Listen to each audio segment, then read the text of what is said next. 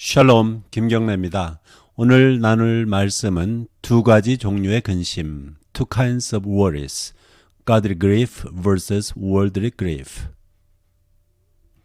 근심과 염려로 가득 찬 인생. 아무리 좋게 평가한다 하더라도 우리 인생을 우리가 생각해 보면은 출생부터 사망에 이르기까지 온갖 근심, 걱정, 염려로 가득 차 있지 않은가 싶습니다. 가장 기본적인 문제로는 의식주 문제가 있겠죠. 이 의식주 문제 때문에 근심, 염려하는 사람이 많습니다. 우리 대부분이 아닌가 싶어요. 건강 또는 생명, 목숨과 관련된 그러한 근심, 염려가 있겠고요. 또 가족 관계, 또 여기에서 비롯되는 또 그 여러 가지 관계, 또 다른 모든 관계, 인간 사이의 관계 때문에 거기에 따른 근심, 염려들이 또 많이 있고요. 또 알지 못하는 미래에 대해서 불확실하기 때문에 그러한 염려, 걱정, 불안이 있습니다. 특별히 이 점에 있어서 앞으로 아무도 알지 못하거든요. 사실 우리가 기대하는 것이 반드시 일어난다는 보장은 없습니다. 어떤 분들은 낙관적인 그러한 생각을 가지고 긍정적으로 반응을 하는 분들이 있는가 하면은, 또 어떤 분들은 알지 못하는 그 불확실한 미래에 대해서 비관적인 생각을 많이 해가지고 부정적인 반응을 그러한 보이는 분들이 많은 것 같아요. 그래서 아직 발생하지 않은 그러한 일을 비관적인 그러한 그 가정하에 안 좋은 일이 벌어질 것이다 해가지고 그것을 현재 지금 상황으로 끌어들여 가지고 미리 고통을 당하고 미리 염려하고 불안해하는 그러한 분들이 많지 않은가 싶습니다. 굉장히 부조리한 현상인데 우리 인간에게 그러한 현상이 있다는 것입니다. 그런데 성경은 이 염려에 대해서 이렇게 얘기하고 있습니다. 사도 바울의 말씀인데, 아무것도 염려하지 말고 아무것도 염려하지 말라. 이게 가능할까요? 오직 모든 일에 기도와 간구로 너희 구할 것을 감사함으로 하나님께 아뢰라. 이렇게 말하고 있습니다. 여기서 굳이 염려의 반대 개념을 생각한다면 이 구절을 근거로 해서 기도, 간구, 감사함, 이것이 바로 염려와 반대되는 개념이 아닐까 이렇게 볼 수 있다고 봐요. 저는. 그러면은 우리가 염려 없이 살려면 어쩔 수가 없어요. 하나님께 모든 일을 기도와 간구와 감사함으로 아뢰는 수밖에 없습니다. 만약에 이것이 걱정된다, 근심된다 이런 문제가 있다면 그것이 의식주 문제든 건강 문제든 우리 생명과 관련된 문제든 가족관계, 모든 인간관계든 또 미래에 대한 것이든 하나님께 기도와 간구로 또 감사함으로 아뢰라는 것입니다. 그러면은 염려해서 해방될 수 있다는 것입니다. 여기 빌립보서 4장 6절의 말씀인데, 여기 염려한다는 이 단어는 헬라 말로 현대 그리스어로 읽으면은 메리므나오 이렇게 읽습니다. 메리므나오. 이 단어는, 이 동사는 신약 성경에 19번 나와요. 그런데 적어도 두세 군데 집중적으로 나오는데 마태복음 6장에 여러 번 나오고요. 또 누가복음 12장에 여러 번 나오고요. 고린도전서 7장에 또 몇 번 이렇게 나옵니다. 그 이유가 있습니다. 우선 마태복음 6장에 여러 번 나오는데 정확하게 마태복음 6장에 6장하고 또 그거하고 같은 구절이 있어요. 같은 내용을 담은 구절이 누가복음 12장인데 이 둘 합해가지고 10번 정도, 10번 나옵니다. 마태복음만 가져오면은 6장 25절부터 34절까지 이렇게 기록되어 있어요. 그러므로 내가 너에게 이르노니 목숨을 위하여 무엇을 먹을까, 무엇을 마실까, 몸을 위하여 무엇을 입을까 염려하지 말라. 목숨이 음식보다 중하지 아니하며 몸이 의복보다 중하지 아니하냐. 너희 중에 누가 염려함으로 그 키를 한 자라도 더할 수 있겠느냐. 또 너희가 어찌 의복을 위하여 염려하느냐. 건너뛰어서 그러므로 염려하여 이르기를 무엇을 먹을까, 무엇을 마실까, 무엇을 입을까 하지 말라. 그러므로 내일 일을 위하여 염려하지 말라. 내일 일은 내일 염려할 것이요 한날의 괴로움은 그날로 족하니라. 거의 비슷한 내용이 누가복음 12장에도 적혀 있습니다. 여기에 나오는 동사 염려 모두가 메르므나오, 이게 신약에 19번 나온다고 그랬잖아요. 그런데 이 구절만 이 마태 누가 합해가지고 10번 나와요. 그러니까 이게 바로 의식주 문제 아니겠어요? 여기에 물론 이제 그 집에 대한 문제는 없습니다만 포함시켜서 우리가 얼마든지 이해할 수가 있을 것입니다. 인간에게 가장 중요한 것이 먹는 것이요, 그 다음에 입고, 그 다음에 어디서 사느냐, 묵느냐, 어디서 사느냐, 집이 중요한 것입니다. 그래서 의식주 문제에 대해서 이렇게 염려가 많은 것을 예수님 말씀을 통해서 우리가 알 수가 있는 겁니다. 그 다음에 두 번째로 어떤 얘기를 하고 있느냐. 이 염려라는 단어를 가지고 계속 보실까요? 두 번째 이 메림나오, 이 염려하다, 걱정하다, 근심하다 이 단어가 많이 나오는 장이 고린도전서 7장입니다. 32절부터 34절 사이에 여기에 5번 나와요.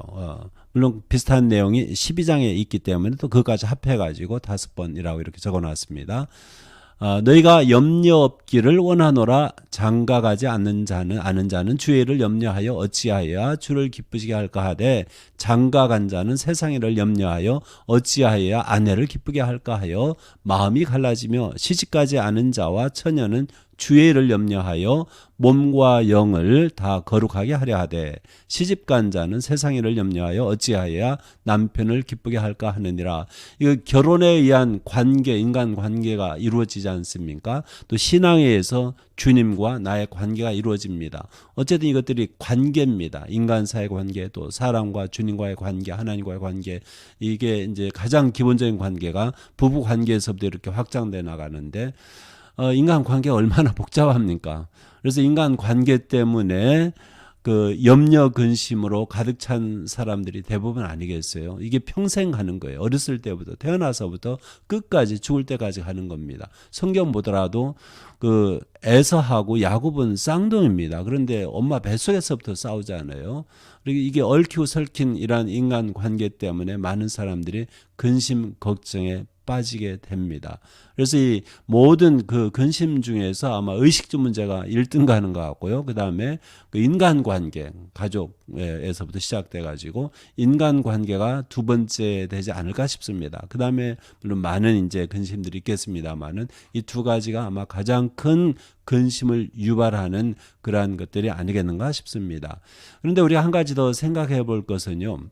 나이가 들면서 이제 경험이 더 생기잖아요. 지식도 늘어나겠고, 그 다음에 지위도 얻을 수 있고요. 재산도 늘릴 수 있고요. 뭐 다 그런 건 아니지만은 이런 것들이 근심 걱정을 줄여주느냐, 다시 말해서 우리가 어른이 되면은 근심 걱정이 더 줄어드느냐, 또 지식이 늘면은 그렇게 되느냐, 경험이 늘면 그렇게 되느냐, 지위 재산을 얻으면은 그렇게 되느냐, 그렇지 않으면 우리가 알잖아요.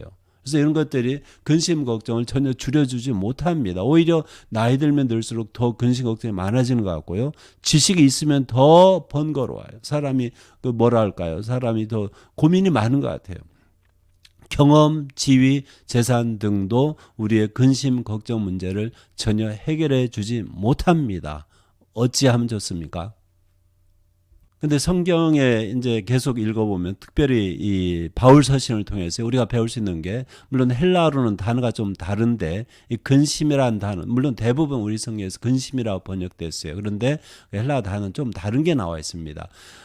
그 구절을 보면은 고린도후서 7장 8절부터인데 7장 전장을 보시면 더 좋겠지요. 물론 여기서는 8절부터 11절까지만 보겠는데 두 가지 종류의 근심을 얘기를 해요. 하나는 하나님 뜻대로 하는 근심이고 또 하나는 세상 근심이라고 이렇게 우리말로 번역이 되어 있습니다. 영어 성경에서는요. 이게 헬라어가 다른데 물론 전체적으로 신학 전체적으로 보면은 그것을 근심이라고 번역해도 전혀 문제가 없어요. 그런데 영어 성경에서는 이 고린도후서 7장의 경우에는 근심이라는 것을 뭐라고 번역했느냐면은 두 가지 단어가 나오는데 어떤 성경은 grief 이렇게 번역하고요. 어떤 성경은 sorrow 이렇게 번역을 합니다. 왜냐하면 영어로 표현할 때 그게 이 경우에는 낫거든요. 어쨌든 먼저 읽지요.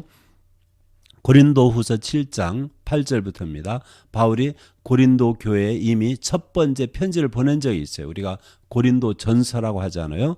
그 고린도 전서 읽어보면요. 처음부터 혼내는 얘기예요. 얼마나 민망스럽겠어요. 그 편지 보고 얼마나 좀 죄스럽고 송구스럽고 여러 가지 문제가 있거든요. 고린도 교회가. 그런데 바울이 그것을 신랄하게 비난을 합니다. 회개를 촉구하는 편지예요. 한마디로. 그렇게 듣기 좋은 말이 아니에요. 자, 이제 고린도 후서입니다. 바울이 이렇게 얘기해요. 그러므로 내가 편지로, 이 고린도 전서입니다. 너희를 근심하게 한 것을. 그래서 영어에서는 grieve, 동사라면, grief, 명사라면은 sorrow, 이렇게 번역을 한 겁니다. 우리말로는 뭐 근심이라고 해도 문제가 없겠죠. 근심하게 한 것을 후회하였으나, 너무 심하지 않았나? 이렇게 생각했겠죠. 지금은 후회하지 않는다. 왜냐하면 그 편지가 그 고린도전서 그 첫 번째 편지가 너희로 하여금 잠시만 근심하게 슬프게 애통하게 한 줄을 암이라. 잠깐뿐이었다는 거죠. 그 근심이 오래 간 것이 아니라 이거예요.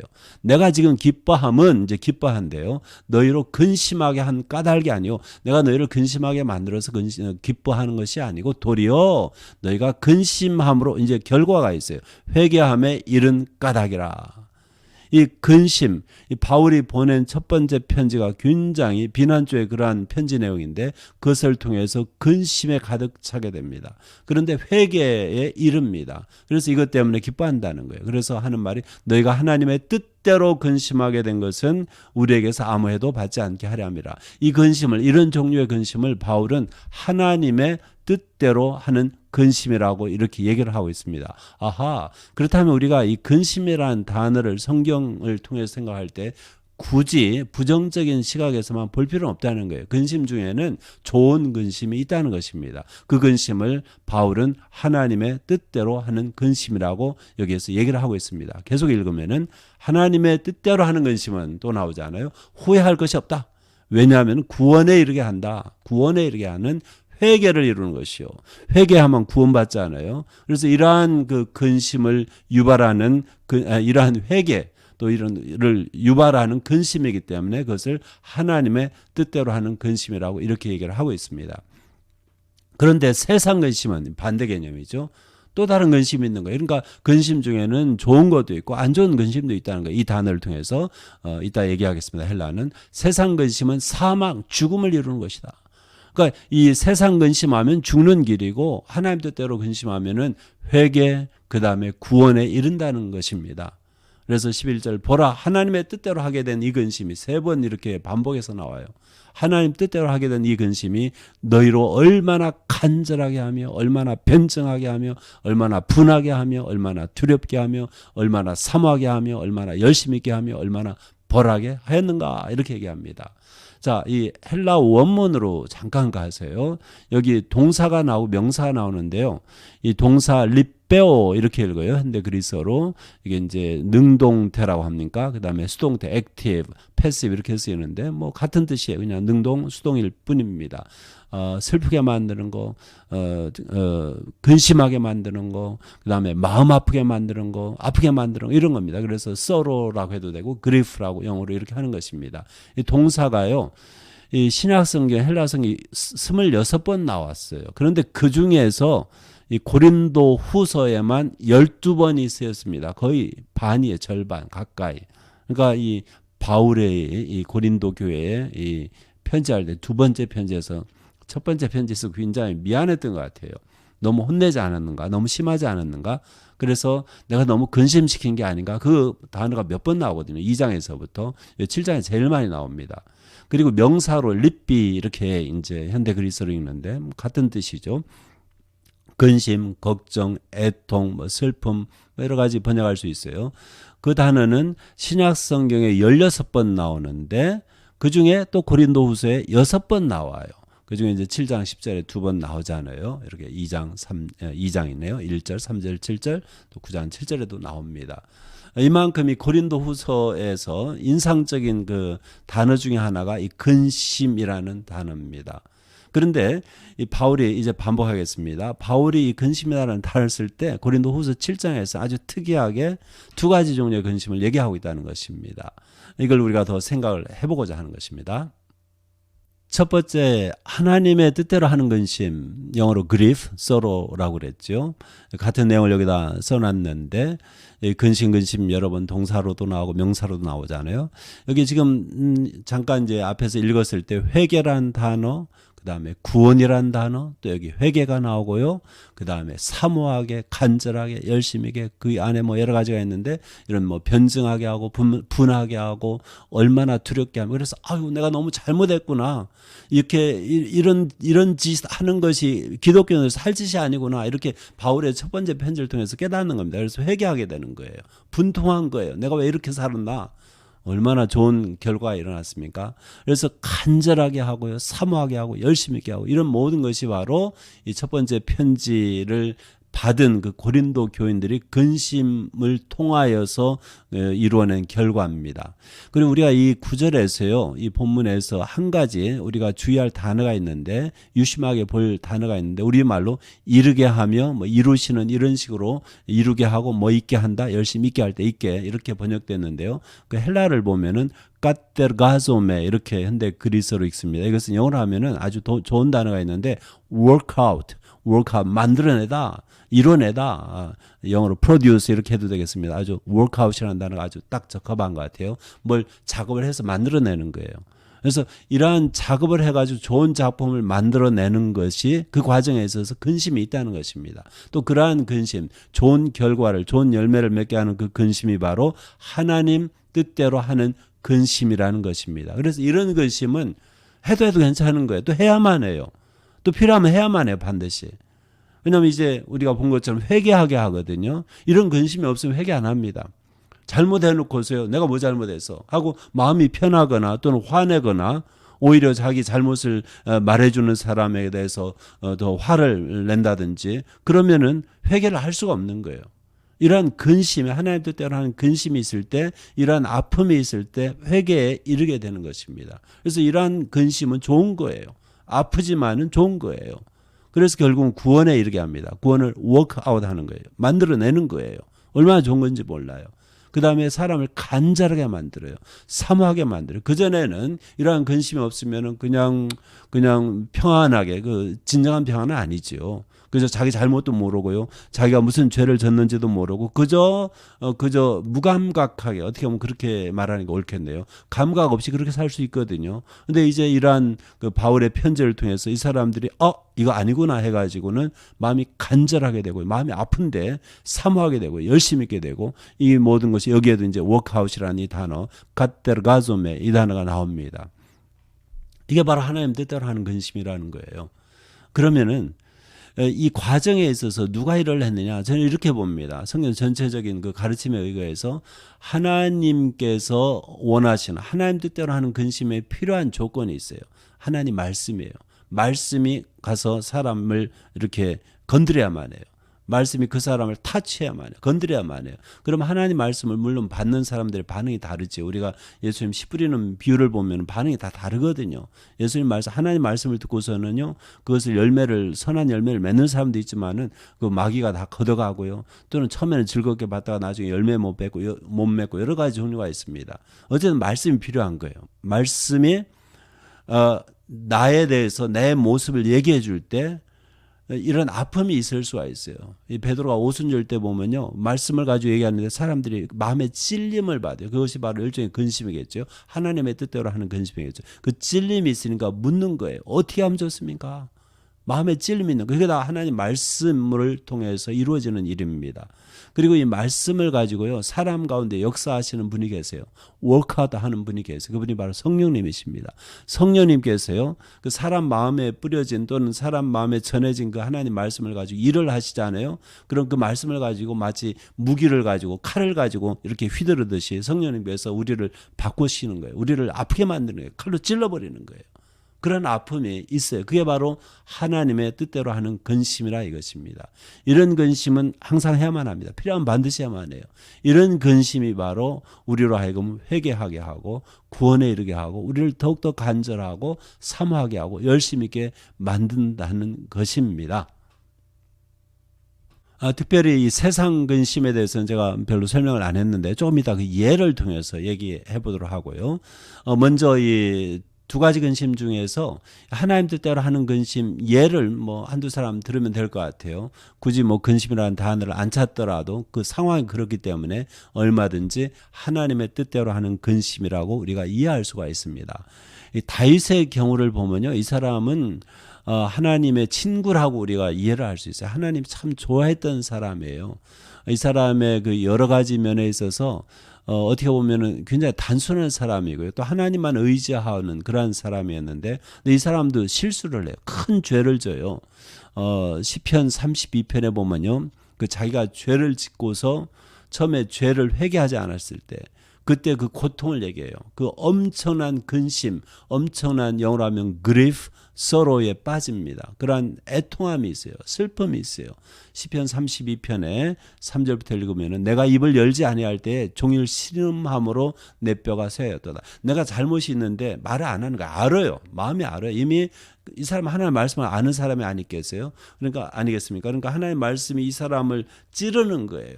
자기 죄를 지은 것을 알기 때문에. 그런데 그것을 얘기하기가 싫은 거예요. 내가 왕이잖아요. 왜 얘기하느냐 이거예요. 공개하기가 싫은 거예요. 남에게 알려주고 싶지 않은 거예요. 감추고 싶은 거예요. 주의 손이 주야로 나를 누르시오니 내 진액이 빠져서 여름 가뭄에 마른같이 되었나이다. 이런 것을 바로 성령님께서 하시는 일이에요. 말씀을 가지고 우리 마음을 찌르십니다. 이것이 바로 성령님께서 하시는 일인데, 그다음에 셀라, 내가 이르기를 내 허물을 여호와께 자복하리라 하고 주께 내 죄를 아리고 내 죄악을 숨기지 아니하였더니 곧 주께서 내 죄악을 사하셨나이다. 셀라. 이 사람이 이렇게 죄를 지은 다음에 하나님 말씀 또 성령의 감동도 얘기할 수 있겠죠. 이런 과정 속에서 엄청난 근심에 빠지는데 그 근심, 그 슬픔은, 그 아픔은 하나님의 뜻대로 하는 근심이요, 그러한 슬픔, 아픔이라고 얘기할 수가 있겠습니다. 그래서 용서를 받아요. 그리고 이 시를 짓는 거예요. 그래서 그 복을 얘기하는 거예요. 용서받은 복. 그러한 하나님 뜻대로 하는 근심을 거쳐가지고 회개하고 용서받는 사람의 그 복을 시편 32편에서 얘기하고 있는 것입니다. 비슷한 경우라고 할 수 있나요? 베드로가 또 그러한 경험을 한 적이 있어요. 이 사람 참 용감한 사람이잖아요. 또 앞으로 나서기를 좋아하고 열성적인 사람인 것 같아요. 예수님에 대해서 아주 그냥 애착심을 가지고 열성으로 예수님을 따랐던 그러한 수제자지 않습니까? 근데 이 사람이 예수님 잡히시기 전날, 그날이죠. 잡히시던 그날, 그날 낮에 큰 소리 쳤어요. 예수님, 당신이 죽는 데까지 나 따라갈 수 있어요. 큰 소리 쳤다고요. 죽음까지도 따라갈 수 있다고 큰 소리 쳤어요. 부인은커녕 죽는 데까지 따라갈 수 있다고 했는데 예수님 말씀에 닭 울긴 전에 3번 예수님 부인하신다 그랬거든요. 그런데 정말 부인했어요. 여자 앞에서, 계집종 앞에서. 얼마나 참 안타깝습니까? 대단한 사람인데 정말 예수님을 사랑하는 사람이에요. 정말 목숨 걸 생각했던 사람인데 그냥 해본 말은 아닐 거라고. 그런데도 정작 그 상황이 되니까 예수님을 부인하게 되는 겁니다. 그 아픔, 그 근심 얼마나 처절하겠어요. 근데 이 베드로가요, 그 닭이 울거든요. 자기가 3번 부인한 다음에 예수님 말씀이 생각나는 거예요. 자기가 부인할 거라는 거. 그 말씀 생각나가지고요, 거기서 밖에 나와요. 나와가지고는 심히 통곡하니라. 어마어마한 근심, 어마어마한 아픔이 이 베드로를 감쌌습니다. 베드로가 이런 경험을 한 사람이에요. 성경에서 이런 것을 숨기지 않고 다 기록을 하네요. 베드로가 어떻게 보면 우리가 이 베드로의 모습으로 우리가 모습을 경험할 수가 있어요. 어쩌면은. 근데 예수님께서는 베드로에게 다시 기회를 주세요. 이 사람이 하나님 뜻대로 하는 근심을 거쳐가지고 회개하고 예수님은 베드로를 회복해 주십니다. 그리고 위대한 사도로 쓰지 않습니까? 이것이 하나님의 은혜. 이것이 바로 하나님 뜻대로 하는 근심이라 이거예요. 그런데 세상 근심은 어떠냐? 2사람 우리가 성경에서 예를 들어볼게요. 세상 근심. 에서라는 사람 있잖아요. 에서는요, 아버지가 이삭이고 할아버지가 아브라함이에요. 그러면은 굉장한 집안이라고요. 믿음의 집안 아닙니까? 믿음의 조상 아브라함의 손자지요. 아브라함, 이삭, 에서 이렇게 되는데 이 사람이 성경에 보면요, 특별히 구약에서 보면 망하는 길로 걸어요. 무슨 일이 일어난 겁니까? 이 사람은요, 근심은 하긴 했는데 세상 근심을 했던 사람이라고 얘기할 수가 있어요. 히브리서 12장에 신약성경에 물론 연관 구절을 구약에서 찾아보실 수가 있어요. 히브리서 12장 16절 17절을 읽을게요. 음행하는 자 혹 한 그릇 음식을 위하여 장자의 명분을 판 에사와 같이 망령된 자가 없도록 살펴라. 여기 둘 다 에서 얘기하는 겁니다. 음행하는 자. 왜 에서가 음행했다고 그러겠어요? 말도 안 듣고요. 부모님 말 안 듣고 가난한 여자하고 결혼했어요. 그런 점에서 얘기한 것 같아요. 또 혹 한 그릇 음식을 위하여 장자의 명분을 판 에사와 같이 중요시하지 않은 거예요. 망령된 사람이에요. 없도록 살피라. 너희가 아는 바와 같이 그가 그 후에 축복을 이어받으려고 눈물을 흘리며 구하되 버린 바가 되어 회개할 기회를 얻지 못하였느니라. 보세요. 이 사람도 근심, 슬픔, 아픔이 있어요. 축복을 못 받았거든요. 자기가 소리 여겼다가는 그런 결과가 일어났는데 그 다음에 눈물을 흘리며 간절히 구합니다. 아버지 이삭한테. 이미 늦었어요. 어마어마한 근심 걱정이에요. 여기 베드로의 그러한 슬픔처럼 심한 통곡처럼 여기 에서도 마찬가지. 그런데 이 사람은 회개할 기회를 얻지 못하였대요. 그러니까 이 과정에 있어서 문제가 있었던 게 분명해요. 이 사람은 이 과정에 있어서 뭐 야곱을 엄청나게 원망했겠죠. 죽일 마음이 있었잖아요. 죽이려고 그랬어요, 실제. 20년 동안, 20년 동안이죠. 원한이 전혀 녹아내리지 않았어요. 20년 동안 기다리고 죽이려고 이를 갈았어요. 죽이려고 했으니까 그 전에 20년 전에 그 이삭하고 리브가가 그 야곱을 보낸 거죠. 집에서 나가라고. 저기 외삼촌 집에 가서 익으라고. 그러한 원한을 오래도록 품은 사람이 에서입니다. 세상 근심이에요. 그러니까 이 사람 아무리 눈물을 흘리고 통곡해도요. 그것이 하나님의 뜻대로 하는 근심은 분명히 아니었어요. 세상 근심이에요. 그래서 망하게 되는 거예요. 성경에서 에서에 대한 평가는 아주 마이너스입니다. 빵점이에요, 한마디로. 그 다음에 유다, 가룟 유다, 예수님의 12제자 중에 가룟 유다가 있잖아요. 마태복음 27장 3절부터 5절까지. 그때 예수를 판 유다가 그의 정죄됨을 보고 예수님이 정죄되는 것을 봤어요. 제가 팔아놓겠잖아요. 돈 때문에 스스로 여기 뉘우쳐 있어요. 근심이 있어요. 이 사람도 근심한 사람이에요. 그다음에 조금 건너뛰어가지고 내가 무죄한 피를 팔고 죄를 범하였도다 하니 자기 잘못을 알아요. 그래가지고 이제 성전에 가서 제사장한테 돈 받은 거 다 돌려주잖아요. 그들이 이르되 그것이 우리에게 무슨 상관이냐 내가 당하라 하거늘 유다가 은을 성소에 던져놓고 물러가서 스스로 목매어 죽은지라. 이 사람 분명히 큰 죄 짓고요. 스스로 뉘우쳐 그 다음에 자기의 잘못을 인정하는데 이 사람이 어마어마한 근심에 빠졌겠죠. 근데 베드로하고 완전히 달라요. 에서가 다른 것처럼 이 유다도 베드로하고 또 달라요. 마찬가지로 달라요. 어떤 점에서 다르겠어요? 이 사람은 그러한 근심이 있었습니다만 어마어마한 슬픔이 있었습니다만 분명히 하나님의 뜻대로 하는 근심은 아니었어요. 그저 세상 근심이라고 할 수 있는 그런 류의 근심에 빠졌다는 것입니다. 그리고 결국은 자살로 자기의 생애를 맺습니다. 끝냅니다. 얼마나 불쌍해요. 세상 근심은 사망을 가져옵니다. 멸망을 가져옵니다. 하나님의 뜻대로 하는 근심은 회개에 이르게 하고 구원에 이르게 하고 우리를 간절하게 합니다. 우리를 간절하게 만들어요. 얼마나 좋은 열매를 맺는지 모릅니다. 저는 오늘 그 언급한 이러한 하나님 말씀들을 생각하면서 이런 생각이 계속 들더라고요. 어떤 생각이냐?